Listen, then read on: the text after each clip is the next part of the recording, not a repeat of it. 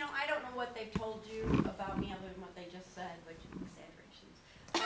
But I have been fighting ovarian cancer for nearly 4 years now, and I'm down to the end of the wire. The doctor says probably around Christmas time I'll go meet my maker. So they wanted me to share my heart about how I feel. I mean, I'm disappointed that, I'm 56 years old. I have a 20-year-old daughter and a 26-year-old daughter. I'm disappointed that I won't see them get married. I won't see the grandkids, kind of thing. At least in a physical presence kind of way that we see it here. I have an absolute faith that somehow, some way, I am with them to the very end. The same way that Jesus is with us to the very end. But when you don't have that physical presence of somebody, it's very difficult to sometimes we forget that Jesus is always with us because he's not physically sitting there. But you guys are all physically sitting here, and you're all physically part of what Jesus Christ is all about. So time is running short. So what I just really want to say is that you need to live your life to the fullest. You need to decide what matters, what really matters. And for me, my mom, when I went into youth ministry and was hired at St. Joe's, she said, "They hired you?" And I said, "Yes." And she said, "Do they know about you?" And I'm like, "Well, they don't know every nitty-gritty detail, but they know about me." And we do that. We take faith for granted. I was a miserable teenager, and I made life miserable for other people because I was miserable. But somehow, some way, Christ does what Christ does. He got through to me, and I wanted to share that with other people and make life and faith meaningful. My passion really is youth, especially struggling youth who are struggling to figure out where they belong in God's creation, and that they really do matter, because every single one of us matters. But a lot of times we just don't believe that. And we need to, because Christ was willing to give his life to show us that we matter, and that everybody else matters. And we need to find meaning and purpose in doing his work to better the world and the lives of other people. When I left St. Joe's, Covenant House had already been a part of, I would drag the youth group to every open house thing that they had. And I just said, you got to hear these kids' stories. You got to hear these kids' stories, because these kids understand faith in a way that we just totally take for granted. They understand struggle in a way that most of us totally take for granted.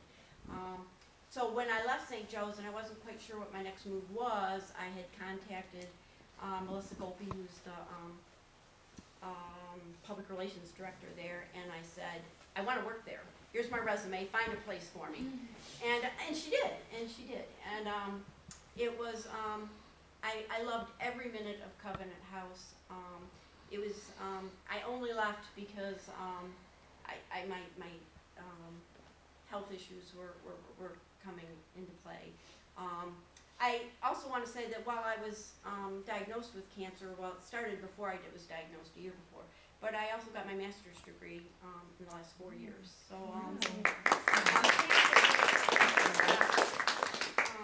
anybody, I got it in social work, and it all started with youth ministry, because once I got into youth ministry and kids were coming with just heartbreaking stories of things that they were struggling with. And I'm like, whoa, this is way beyond youth ministry training. In youth ministry training, they teach how to do icebreakers. I did social work training, so that's what it was because I wanted to use it in youth ministry to help kids, because we're all struggling with something. We're all struggling with something, and I wanted to be of practical help. So my words to you is, your life matters. Figure out what you're passionate about, and just dive into it. Find those positive people that are out there, because there are people who will drag you down, and there are people who will raise you up. Find the ones that are going to raise you up, and spend time with them. And I guess that's my story, and that's my heart.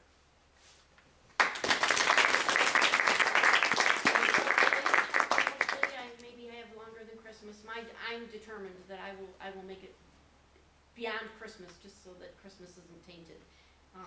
But I am, I'm prepared to meet my Maker. Thanks.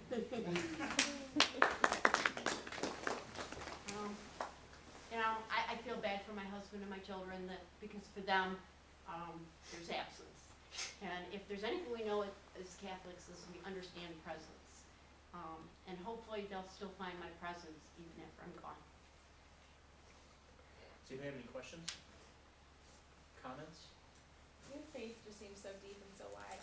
What's your biggest God moment where you just felt His presence and knew that He was real? Biggest God moment? The first one that came to my mind, I've had several, but when my youngest daughter, or oldest daughter was born, she was born with heart defects and had to have open heart surgery as an infant. Scariest few months of my life. And I remember sitting down at Children's Hospital in Detroit and the morning of the surgery and just dreading what that day would be. And they always have to give you the percentages. There was a slight percentage she wouldn't make it through the surgery at all. And of course you zero in on that and miss the, 80% chance she'll be just fine, kind of thing. And I just kept praying, saying, God, I can't do this. God, I can't do this. There was a big thunderstorm happening, and I've always just been fascinated with thunderstorms and love thunderstorms. And this was a big one, and because I was downtown, the thunder would kind of roll through all the tall buildings and stuff like that.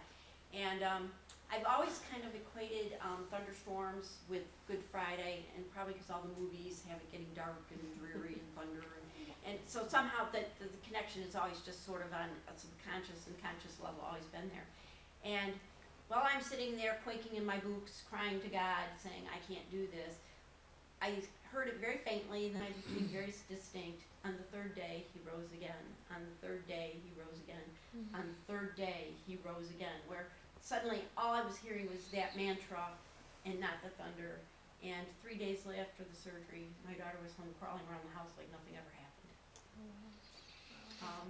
And I just thought, and I chastise myself all the time because I doubt God on a regular basis. And He says, why do you do that? How many times have I been there for you? And it's like, every time when it really mattered, yep. But I still doubt. It's just a human kind of, and you can't have real faith without getting through those doubts and working through it all. So I guess that's the biggest God moment that sticks out. Yeah. Not a question, more so another comment, but I just noticed that I thought it was kind of interesting that even though in the light of all your sickness, you still said the scariest moment of your life is when your daughter was going through heart surgery. It just shows the kind of selfless mother you are, and you said that's what bothers you the most is that absence or not having that. Well, I mean, at least from what I see, from that presence, is that it's gonna carry on through your daughter, so that definitely your grandchildren won't have to worry about it. So I guess indirectly you could say they're gonna be seeing you. Yeah, right. If you wanna get it on a technicality, but yeah. if that's just what I noticed. So. And God works out. I mean, death is part of life. I've always believed that. I remember in youth ministry we used to focus a lot on write your own obituary, and it's something you can go home and do. Sometimes write your own obituary. What do you want people to say about you? Then go do what you got to do for people to say that about you. And in the last few weeks since I made it public that my time is very short, people are coming from all over the place. These two yahoos.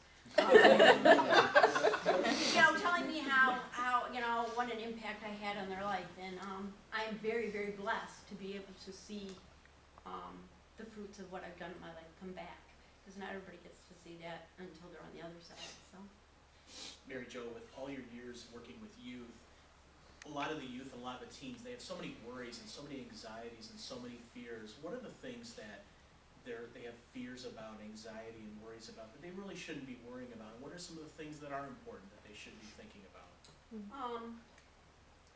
We worry a lot about, am I popular? Do people like me? Do I look good enough? And we know that that's kind of on a surface level is kind of shallow, but our world is so shallow that you can't help but not worry about some of those things. Don't worry about what you look like. You look fine. Don't worry about what you're wearing. It's fine. If you like it, go with it. If you can't have exactly what you want, be okay with that, you know, we're not always gonna have all the things of the world that we want. The things don't go with us. What's gonna go with me are the people that I've encountered. And that's what I wanna store up in heaven, is those people. So don't worry about surface, shallow things. You know, excuse yourself when you do, because you're human and we fall into it. I can't remember what the whole question was, but, you know, like I said, find your passion, find what's meaningful to you. Pursue it with everything you got. Don't worry about your career. I've had 3 or 4 now so far. I'd probably have 5 if I wasn't gonna pass on soon. So, life has a way of evolving into new and different things. You fall down and fail, we've learned from Covenant House kids, you pick yourself up, dust off, and carry on. Comment, then a question. Throughout life, my whole entire motto was, when I used to wrestle, my motto, and I bring it throughout I'm gonna use this motto throughout my whole entire life. In Africa, it's not the elephants or the lions that kill you, it's the mosquitoes. And basically, when I say that, I mean it's the little things in life that you feel what I'm saying. So basically, what is one of your life mottos? What is a motto that you know what I'm saying? You understand what I'm saying? I'm not sure. The first thing that comes to my mind is not really a motto, and it's something I give to everyone. I will say it all to you. I'm putting a cross on your forehead. You have been blessed. You are a blessing. Every single one of us. We have all been blessed, and we all have the opportunity to be a blessing. And faith has gotten me through a lot. I mean, I've struggled, I've had 0 faith. I've done the high school pretend I have faith kind of thing. Oh yeah, I'm a Catholic, I believe, blah, blah, blah. Somewhere in my 20s I thought, I don't know what I believe. I put on the game show so that everything looked okay, but when you got inside, there really wasn't a whole lot there. So I spent a lot of time in my 20s, doing some soul searching and figuring out who is God and who is God to me and who am I to God and what does God want from me. I grew up in a Christian tradition, so I see God in Christianity, but I see God in all kinds of faiths. I see God in Judaism, I see God in Islam, I see God. God permeates everything. We shouldn't have trouble finding him. He's everywhere. It's just that we put a box around how we think we should find him, and we miss him half the time because he's not in that box we put him in. He's somewhere else. There's a song, and it talks about finding God in that mountain top experience kind of thing. But most people find God when they're in prison, when they're in trouble, when the bottoms fall out, there's a death of somebody who's very close to us. We find God in the little things of life. Very rarely, and we like church services. Mega churches are popular because they have big lights and sound, and it's just all so much bigger than life. But Jesus came very quietly as a little ordinary baby, lived a very ordinary life, and even in that 3 years of his public ministry, most people didn't get it, who they were dealing with. And he died and left his legacy, and his legacy is still sitting in this room now, and in the churches all over the place. So you're right, it's the mosquitoes that can, that self-doubt. I had to struggle through a lot of self-doubt to get to self-confidence, and here I am close on my deathbed, but I can say I have self-confidence now. Amen. So, and that was a tough thing to get to, because self-doubt was tearing me apart. I never would have gone into youth. I never would have gotten a master's degree in anything. But so yeah, don't let the self-doubt. God is bigger than your self-doubt. God, it sounds cliche. He can get you through anything. Is it always easy or pretty? No. But this is what my life is. So who am I to tell God he did it wrong? Mary Jo, since I've known you through a lot of this cancer time, I mean I knew you before that, but kind of seen you walk through it. How did you deal with not wallowing in self-pity with what you were going through? I know you didn't have a lot of physical symptoms with the chemo and stuff, but how did you not just feel sorry for yourself and instead keep coming to work and helping the kids and doing all the other ministries that you were involved in? I think part of it is digging into that passion. Helping others really became my passion. And helping others actually helped me help myself. The other thing is when I had the first surgery and they had to take out tons of parts of me, and the recovery was long and slow, and I remember laying in the hospital, and one of the things that they had to do was a temporary colostomy, which is where you have a bag and your body excretes that way.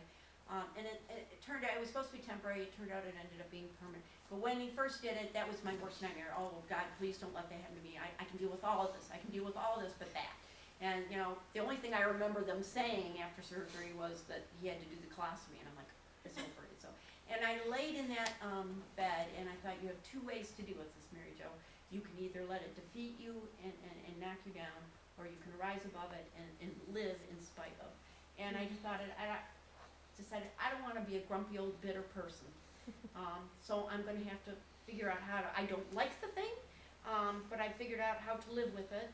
And not let it slow me down. And like I said, and then the other is just, you know, when you find what your passion is in life, whether it's working with kids or teaching or music or whatever the passion is, once you dig yourself into it and make sure you're putting others above yourself,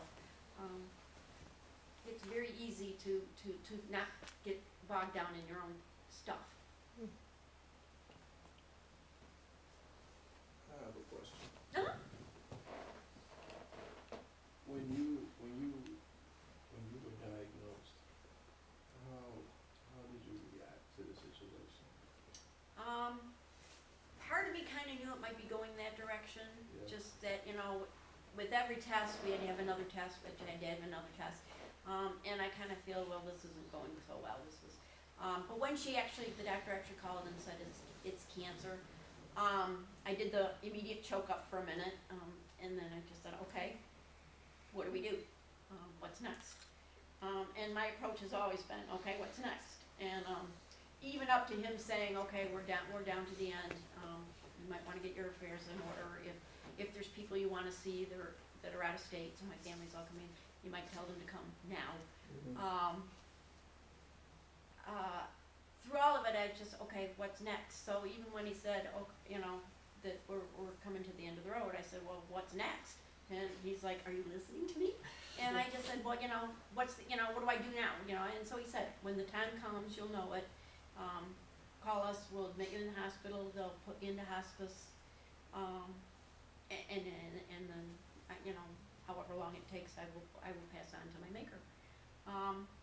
And I guess what's next is you know, everything we dream about, what is heaven going to be, I guess I get to go find out. And I'm excited about some of that. I'm not nervous about meeting God. I'm not scared of it. I'm not really even that scared of dying. I'm a little bit, you know, what's it going to be like? I told my sister, I go, well, I've never died before. I don't know what to expect. You know, that part, and then sitting here now, I mean, every week I feel a little bit sicker. I really truly think that I've got a little bit longer than he may have said, but maybe not a lot longer. But I grapple. I deal with, you know, really, I'm going to die? I really just don't feel that close to death right now, God. So, you know, and some of it's probably some sort of denial. Some of it is death is just too big to really wrap our heads around. But it's part of life. I'm not afraid of it. I'm at peace with what's happening. It would be nice if things worked out differently, but so far, and you know, I'm always open to God doing His 11th hour miracles, what He's been known to do. So, you know, in the 11th hour, should God decide that He wants to change His whole story in a whole other direction, I'm good with that.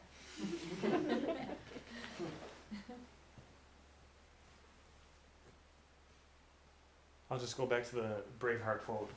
Every man dies, every person dies, but not every person truly lives. Right. And I feel like looking at Mary Jo, that you found some type of fulfillment and and purpose and passion, and that's why your faith is so strong, and it's inspired everybody in this room today. I've heard about the phrase, you know, we always have flowers when someone leaves us, but the idea, guys, is to have flowers for the living and to appreciate the people now. So like you said, you know, pray to God that there could be a miracle that you're here with us a little bit longer, but to already have, you know, your family coming in and to appreciate people now.